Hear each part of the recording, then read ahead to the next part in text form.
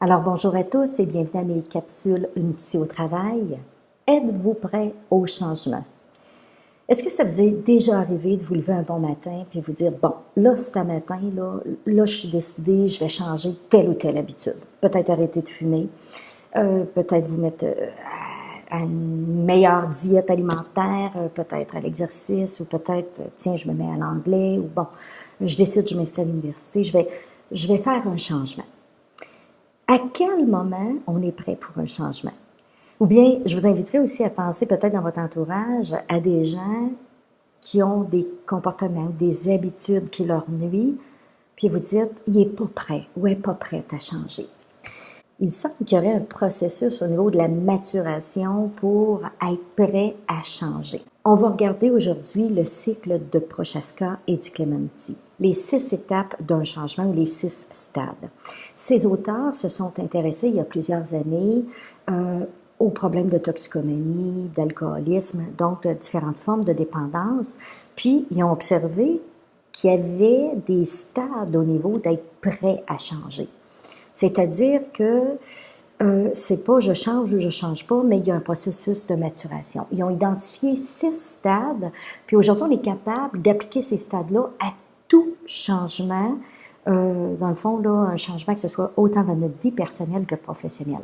Alors, par quel stade on passe et que peut-être votre conjoint, que vous regardez, qui n'est pas prêt, ou votre employé, par quel stade on passe lorsqu'on veut effectuer un changement? Le premier stade, ou la première étape, ils l'ont appelé la pré-intention. C'est-à-dire que ton intention n'est pas encore là. C'est avant d'avoir l'intention de changer. À cette étape-là, comment on fait pour reconnaître qu'une personne est à la pré-intention? Elle n'envisage pas de changer son habitude, son comportement dans les prochains mois, elle n'en parle pas. Souvent, la personne peut-être n'est pas vraiment au courant de l'impact que ça a sur les autres ou sur elle-même, ou elle ne veut pas s'en rendre compte. Ma mère disait souvent, nul n'est plus sourd que quelqu'un qui ne veut pas entendre, nul n'est plus aveugle que quelqu'un qui ne veut pas voir. Alors, c'est c'est le moment où la personne, elle nie même qu'il y a un problème. Pour elle, il n'y a pas de problème. C'est le cas typique de l'alcoolisme, ou de l'alcoolique, pardon, qui a des conséquences importantes. Sa femme l'a peut-être même laissé, il a perdu son travail, mais il va encore nier qu'il y a un problème de boisson. Mais on fait parfois de la négation, peut-être pas pour des choses aussi importantes, mais pour d'autres habitudes qu'on pourrait ou qu'on aurait avantage à changer. Alors, à cette étape-là, la personne n'est pas décidée du tout à changer. L'intention.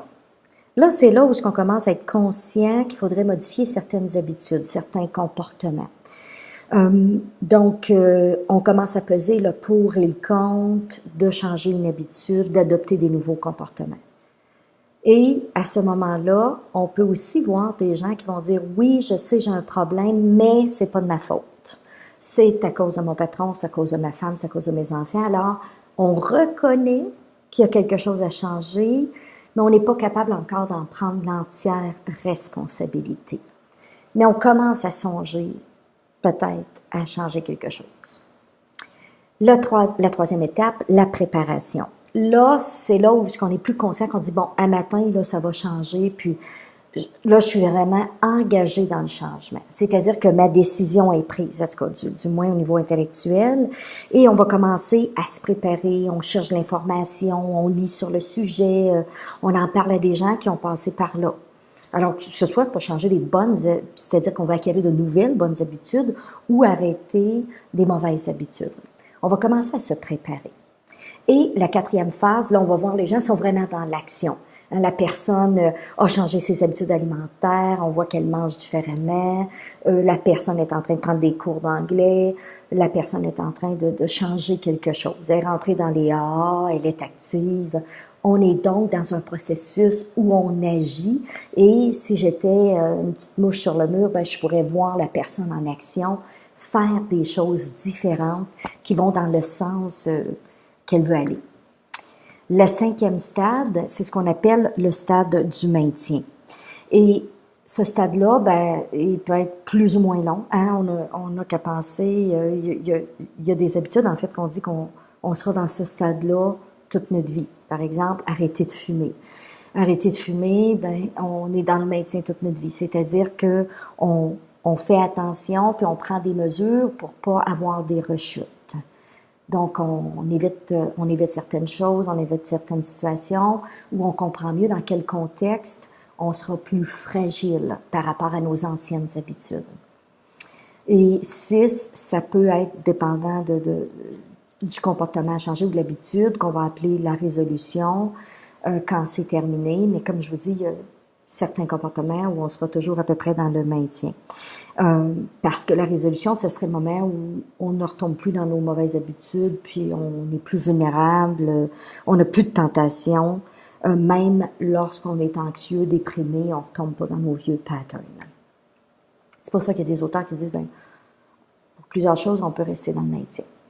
Alors, c'était les étapes du changement de Prochaska et Di Clementi qui peuvent s'appliquer dans différents changements qu'on voudrait aborder.